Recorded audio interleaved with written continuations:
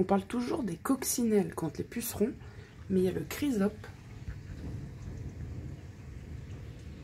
Cet insecte-là, surtout la larve, alors comme la coccinelle c'est surtout la larve, vont pouvoir diminuer les populations de pucerons, cochenilles, certaines chenilles et certains acariens. Donc tout aussi utile que les coccinelles. Donc, du coup, si ça vous intéresse et que vous en voyez, surtout soyez heureux d'en voir. Ça y est, il pleut. Ça fait au moins 4 jours hein, qu'ils nous l'annoncent. Au moins, enfin sur le téléphone à chaque fois, je voyais il va pleuvoir cette nuit, il va pleuvoir cette nuit, alors qu'il pleuvait pas du tout. Donc bon, en tout cas, les tomates, ça fait 2 semaines qu'elles n'ont pas été arrosées. Et là, ça commence à manquer cruellement d'eau. D'ailleurs, ça c'est une variété soi-disant romaine striée, censée résister aux mauvaises conditions de culture, trop d'eau, pas assez d'eau, peu importe. Bon, j'en ai quand même retiré une, je vais m'abriter. J'en ai retiré une hier qui avait le cul noir, et dans le kéol, une des cornues aussi. Pourtant, dans le kéol, ça arrosait tous les 3-4 jours, parce que tout de suite, les feuilles, elles se fanent, parce qu'en fait, je pense que dans le kéol, tout est vraiment sec en profondeur, et dès que j'arrose, ça doit être absorbé vers le fond. Et du coup, les plantes n'en profitent pas très longtemps, sinon il faudrait réimbiber tout le kéol d'eau. Donc j'espère que là, il va bien pouvoir se réimbiber d'eau. Par contre, il ne va pas falloir se leurrer. Je pense que le mildiou, il va arriver à fond de train. J'ai pas trop d'illusions là-dessus. Et le maïs, j'ai plein de petits épis qui se forment. Donc là, j'en parle vite fait maintenant, parce qu'avec la pluie qu'on est en train d'avoir là, plus le vent, je suis pas sûre que je fasse un tour complet du potager. Je parle des événements principaux. Ah oui, on a enfin commencé à manger les premières tomates cerises, il était temps. Alors j'ai dû un peu farfouiller, peut-être que ça commençait déjà à mûrir la semaine dernière, mais que j'avais pas vu. Depuis les dernières images, ça s'est vachement accéléré. Puis vous voyez, il y a plein d'épis. Ici, là, il y en a un petit. Puis là, j'en vois pas. Ici, il y en a un. Ici, il y a un bébé. Là, il y en a derrière. Enfin, ça s'est accéléré d'un seul coup. Et puis je suis bien contente. Et là, l'eau, ça va faire du bien aussi parce qu'on n'a pas arrosé. Hein. Maïs, ça n'a pas été arrosé depuis très longtemps. Févrole, un tout petit peu au moment de tuer les poulets. Là, dans le nord de la France, en tout cas, ça va être une chute des températures. On va descendre plusieurs jours de suite en dessous de 25 degrés. Avec la pluie, le temps humide. Ben, on va dire que les plantes sensibles au mildiou, je pense qu'on va quand même pouvoir constater les dégâts et les plantes qui survivent un peu mieux. Et c'est tout ou rien en fait. Soit il fait sec, soit il y a toutes les conditions réunies pour le mildiou. Alors le mildiou c'est beaucoup lié à la température, hein. C'est pas qu'une question d'humidité. Si la température elle est supérieure à 25, même si le temps est humide, ça va aller quand même beaucoup mieux. Mais bon. Alors hier matin, mauvaise surprise, mes choux noirs de Toscane sont devenus des choux morts de Toscane. J'avais vu quelques jours avant, vous voyez, des petites crottes vertes. Alors là, c'est vert un peu moins flashy, mais bon, c'est tout. Puis j'avais vu quelques altises, mais c'est bizarre que des altises. Vous voyez les altises là, hein? Nous saoulent. Je me dis, c'est pas possible, les crottes c'est aussi gros que les altises, quasiment. Bon, c'est tout. Le feuillage s'abîmait, mais bon, c'était encore raisonnable à peu près. Et puis hier matin, j'arrive dans la cuisine et je vois plus que des tiges. D'accord. Et là, j'ai vu des chenilles vertes. Et puis, c'est sûr que quand on se fait avoir une fois, on se fait pas avoir deux fois. J'ai pas eu le réflexe de regarder sous les feuilles. Donc je pense qu'elles étaient tout simplement planquées sous les feuilles. Sauf que là, il n'y a plus de feuilles. C'était un peu dur de se planquer. Donc j'en ai retiré 16 hier matin. Et hier soir, j'en ai retrouvé qu'une. Et là, je regarde, j'en vois plus d'autres. Mais bon, voilà, mes choux. Ce qu'il en reste. Par contre, poireaux, pour l'instant, ça va. Donc ça, c'est des monstrueux de 40 ans. Ça sera pour repiquer. Alors, je vais pas être en manque de poireaux, par contre, parce que je sais pas pourquoi, mon père, il a fait trop de poireaux à repiquer. Et lui, c'est des bleus de Solèze, il dit qu'il en a une 60aine à me donner pour repiquer. Bah, je lui dis oui, vas-y. Donc, oui, je vais pas être en manque de poireaux, je pense. On dirait qu'il y a une petite accalmie, mais ça dépend, il y a des bourrasques de vent, mais la pluie, ça se calme un peu, alors je vais en profiter. On va faire les poulets. Il est tôt, il est 7h moins 10. Hein. Je me suis dit, ouf, je vais peut-être m'y prendre en avance, vu le temps qu'il nous annonce. Ah oui, ça serait les tournesols vite fait. Il va falloir peut-être que je mette un filet pour pas que les oiseaux me bouffent mes graines. Alors, il y a beaucoup de têtes qui se sont ouvertes, enfin qui commencent. et celle de la semaine dernière qui venait vraiment de s'ouvrir depuis peu. Vous voyez là, en dessous des petites fleurs là, vous avez les grains en formation. J'en enlève pas d'autres, sinon ça attire l'attention des oiseaux. Des fois, ils s'attaquent aux graines alors qu'elles sont encore immatures. Et les oiseaux, après, ils font un ravage. Donc là, la pollinisation, elle est bonne, tout ça. Il faudrait que je mette un filet dessus. Alors si on fait ça pour toutes les têtes de tournesol, on n'a pas fini, mais c'est comme le blé, ça se fait ravager par les oiseaux sinon. Celui-là, on verra hein, qui en taille finale sera le plus gros. Ça se joue entre celui qu'on vient de voir et celui-ci. Et celui-ci, c'est un multiflora. Vous voyez, venant de son pied, là à la base. Il y en a un autre. Et encore un autre. Ici. Du coup, pour des graines pour ressemer, j'aime bien garder des graines de multiflora comme ça, qui ont une belle tête, mais apparemment j'en ai qu'un cette année. Donc voilà, ça s'ouvre petit à petit. Et là franchement, les endives, ça va leur faire du bien la pluie, hein, vraiment. Les pois dans le kéol que j'ai ressemé pour faire du grain pour les poules, ça a germé, mais il y a un oiseau, ou je sais pas, je crois qu'il y a un rongeur dans le kéol aussi. J'avais déjà des soupçons, puis hier soir, j'ai vu un truc bouger. Puis après, plus rien. Bon. Et les pois ont été retournés.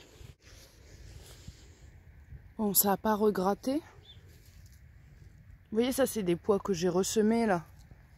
Qui regerment. Ça n'a pas été retourné. C'est pour ça qu'il y a un piège depuis longtemps, ici. J'ai vu un truc courir et ça n'a plus bougé. Et j'avais déjà des soupçons, parce que ici, je sais qu'à un endroit en dessous, il y a une galerie. Mais j'ai jamais rien attrapé. Et je crois qu'il y a un rongeur qui m'avait retourné les pois ici. Parce que les oiseaux, ça fait un moment qu'ils se sont calmés ici. Jamais réussi à la voir. Ça va les bijoux?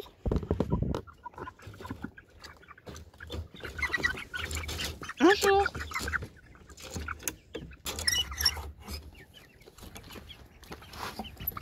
Allez. Bah du coup les plus petits qui sont là depuis une semaine, bah ça va être leur première pluie. Parce que depuis qu'ils sont là, ils n'ont pas connu la pluie. Ça va être journée sous les sapins, je sens.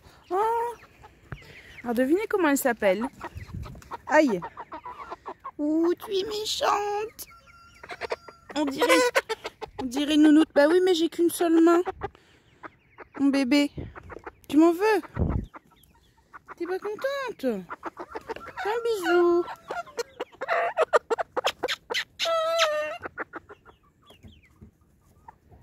D'accord, normal. Mais oui, mais non. Voilà, oui, mais j'ai qu'une seule main, c'est pas pratique, mon bébé, c'est pour ça. Oh non, il veut chanter. C'est le petit qui est mignon. Il veut chanter à sa taille. Mais t'es tout petit. J'avais le soupçon que ce soit le fils de Canette ou de Nimbus, mais bon. Je crois que ça irait confirmer, hein. C'est vrai qu'il est mignon, mais qu'est-ce que vous voulez que j'en fasse? Hein? Donc c'est Chihuahua. Tu sais pourquoi? C'est la fille de Connie. Donc Connie Chihuahua, bien sûr. Enfin, c'est mon conjoint qui a eu l'idée. J'ai dit, oh, il va falloir que je trouve des prénoms. Bon, elle, au moins, elle a un prénom. Par contre, les deux rousses, j'en sais rien du tout.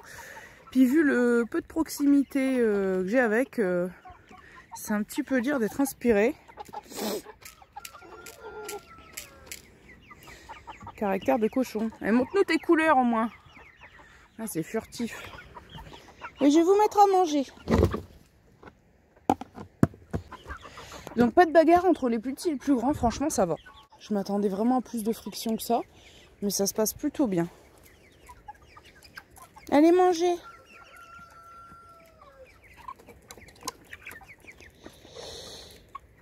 Oh. Ouais.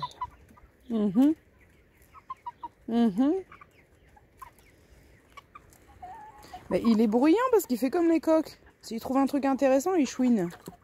Mais c'est vraiment seulement aujourd'hui que je le remarque. Hein.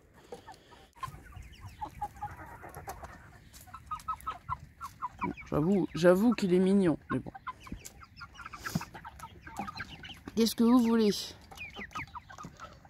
Bah alors les petits pious, c'est les grands qui mangent en premier, c'est ça? Non, je te touche pas. C'est interdit. Je crois que c'est lui hier soir, il faisait de la résistance, il voulait pas rentrer. Hein. Il a fait le brave devant moi.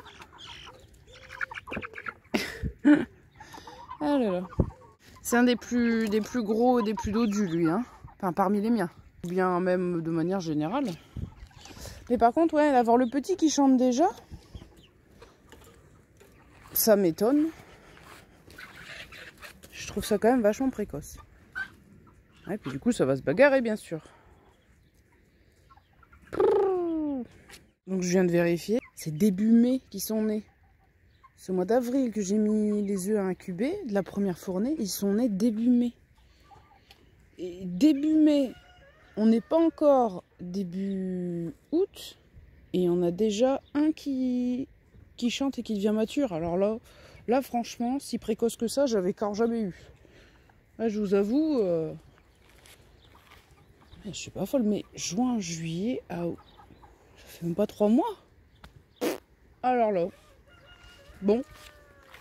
Après, c'est que le début, hein. Ça ne voudra pas dire qu'il sera vraiment mature tout de suite, mais du coup, il y a l'inconvénient du chant et de l'agressivité, puis c'est tout. C'est que des inconvénients, quoi. Ouais. Vachement précoce, Pépère. Alors, ça se voit encore plus, là, hein, la ressemblance avec Chéri. Montre un peu que tu ressembles à Chéri. Portrait craché de son père étant petit. Hein, je vous dis pas quand... Alors lui, puis il y en a un deuxième comme ça. Parmi les plus petits, ceux qui ont 3 semaines et demie de moins, c'est pas encore très flagrant, mais ça va être pareil. Il y en aura d'autres, je pense.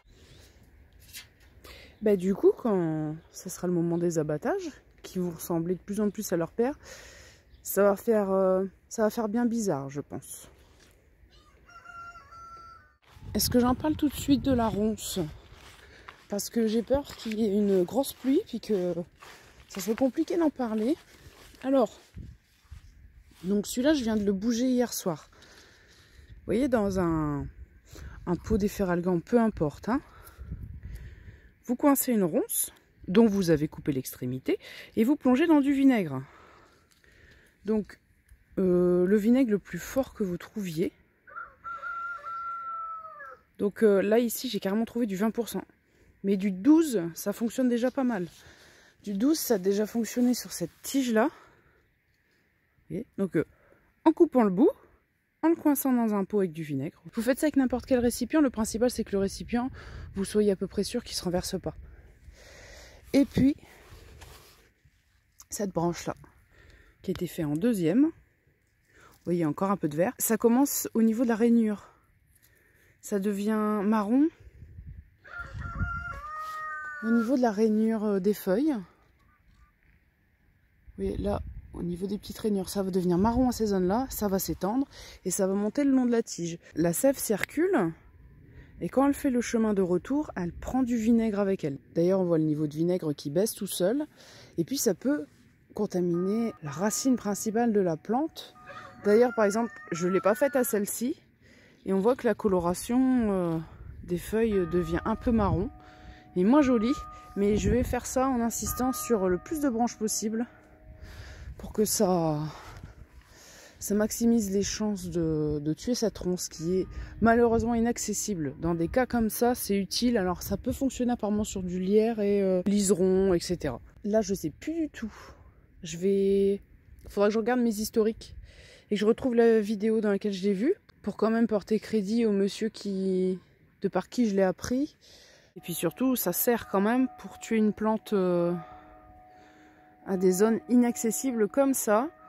Là, le problème, c'est que c'est une ronce de 3 ans. Hein. Donc, il va falloir vraiment insister pour que, de par toutes ces branches, ça puisse atteindre sa racine le plus possible.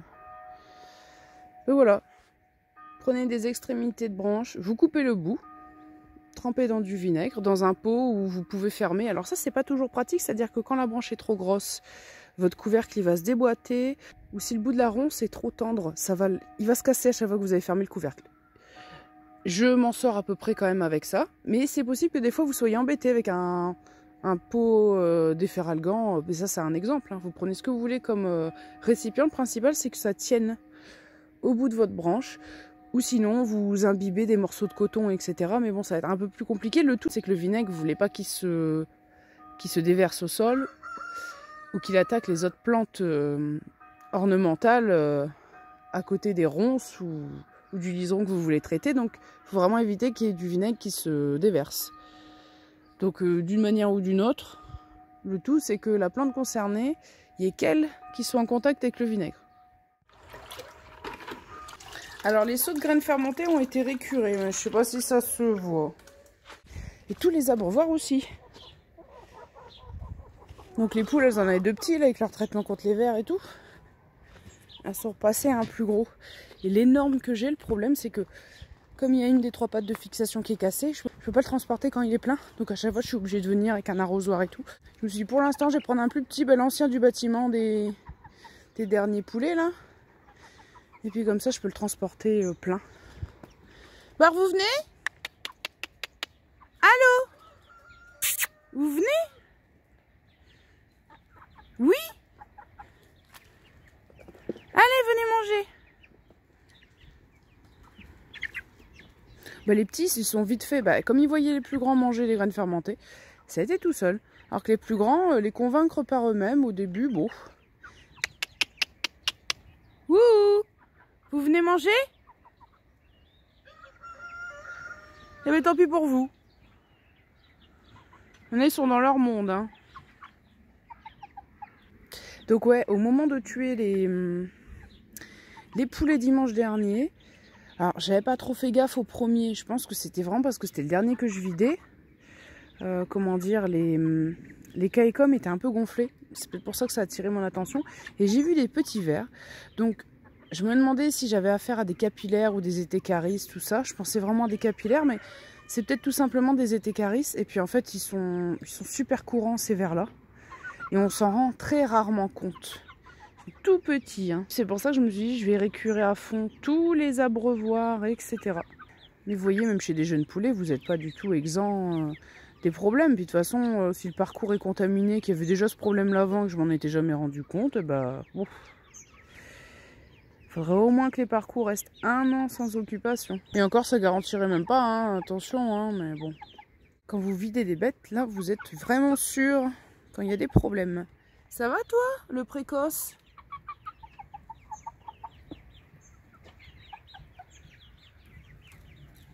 C'est vrai qu'il est joli ce couillon là. Hein, t'es joli? Ça saoule que tu sois beau. Ouais, puis précoce aussi. Alors, ah bah ça y est. Ça y est, ça se démantibule. Oh là là. Vous voyez, les nouveaux granulés, c'est pas une folie, hein. Là, ils commencent à s'y faire un peu au bout d'une semaine. Mais là, il reste un petit peu de blé. Mais sinon, globalement, dans les trous, c'est vraiment les granulés qu'on retrouve. Sinon, ils mangent le gras en priorité. Ah, ben j'en étais sûre, hein. Les autres qui sont assez fins et tout, c'est ceux qui préfèrent. Ceux-là, ils sont plus gros, ils aiment moyen. Et après, il y a aussi la marque Sanders, sans OGM. Je crois que ceux-là, ils les aiment un peu mieux. Mais les préférés, ouais, c'est les plus petits. Et les pires, c'est ceux qui viennent de Belgique. Ils détestent ces granulés-là.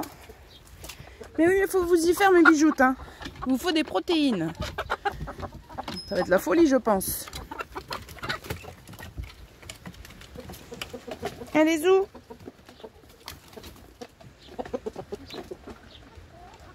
Canette, la dernière? Oui.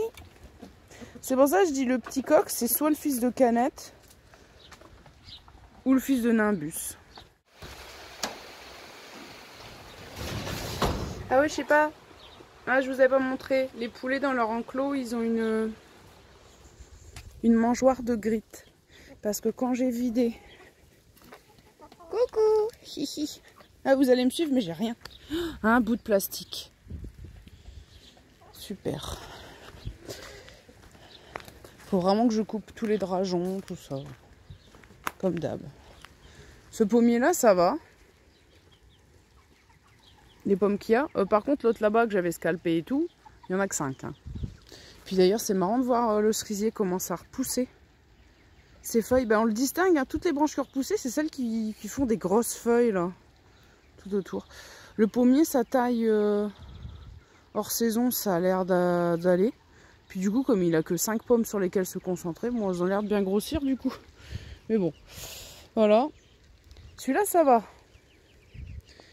Mais bon, après, voilà, si elle a l'alternance, à la limite, si on a 2 pommiers, autant qu'il y en ait un qui donne bien une année et puis que ce soit équilibré. Mais de toute façon, on ne choisit pas vraiment. Vous voyez, c'est du grit. Bah d'ailleurs, on verra s'il est capable de rester sec à cet endroit-là sous les sapins. Je sais pas. Bah, d'un côté, j'ai pas envie parce qu'il faut que les sapins ils aient un peu d'eau. Mais après, le grit mouillé, généralement, ça plaît plus. Oh, nounoute, ça va mon bisou? Ma puce. Allez, va manger. T'as raison, il n'y en aura plus après. Parce que quand j'ai vidé les poulets, j'ai vu que dans leur gésier, il n'y a pas de petits cailloux. Ah, je vais me mettre en dessous, à l'abri. Voilà, on est mieux. Parce que les autres années, je mettais du grit. J'ai essayé soit à part, soit en mélangeant à l'alimentation. Et ça les intéressait pas. Et je trouvais des graviers dans leur gésier. Et là par contre j'en voyais pas beaucoup. Et il y en avait certains, on aurait dit qu'ils avaient comme une hernie à leur gésier. Je sais pas comment dire, ça faisait une excroissance de muscles à un endroit. Je me suis dit, ça leur fera du bien d'avoir du grit. Mais je sais pas les autres années, les autres se débrouillaient vraiment bien pour trouver des graviers. Mais là j'en ai pas trop vu. Alors ma pauvre paillette, c'est triste hein. Hein, c'est triste. Ouais.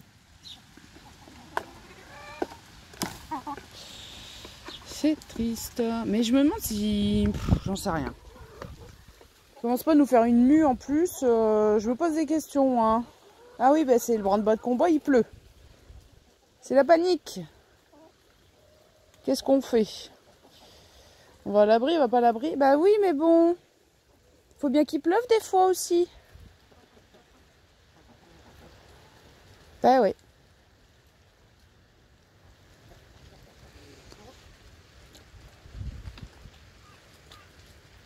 Bon, elles sont tranquilles, elles peuvent pas faire plus à l'abri que ça. Ah, c'est le clan des Sussex, c'est ça. Tu veux pondre, Paillette? Ah bah vas-y, la place est libre, hein. Profite. Bah oui, profite.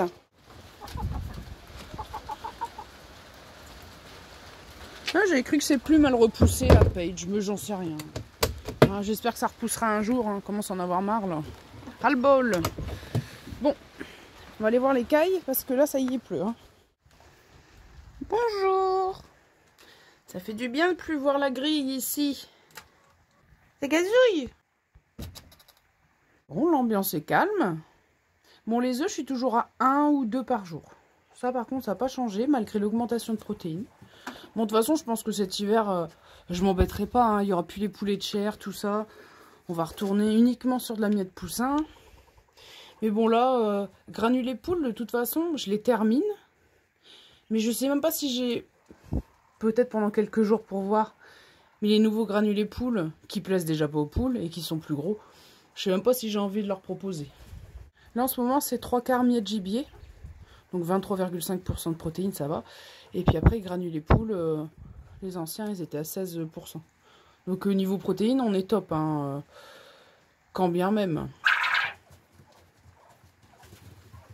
Mais je sais pas, est-ce que c'est un cycle de repos dans la ponte ou est-ce que ça y est, ils ont passé leur meilleure période pour pondre? De toute façon, dans tous les cas, changer de reproducteur, c'est toujours un casse-tête, donc c'est jamais un truc qu'on fait si on n'en est pas obligé, quoi. Pour l'instant, ça reste comme ça, mes bijoux. Mais oui.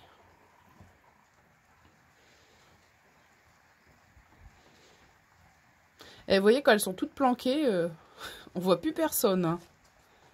Hein, qu'on voit plus personne. Il y en a une dans le bac à poussière, une là devant, le mâle ici, une qui est dans la cache là, sous le pont en bois, et une ici. Il faut le savoir, hein, sinon on ne saurait pas qu'il y a 4 femelles et un mâle. Hein. Donc voilà, sinon l'ambiance est revenue au calme. Même là, vous voyez, le mâle, il est un peu énervé le matin, mais on a connu pire. Hein.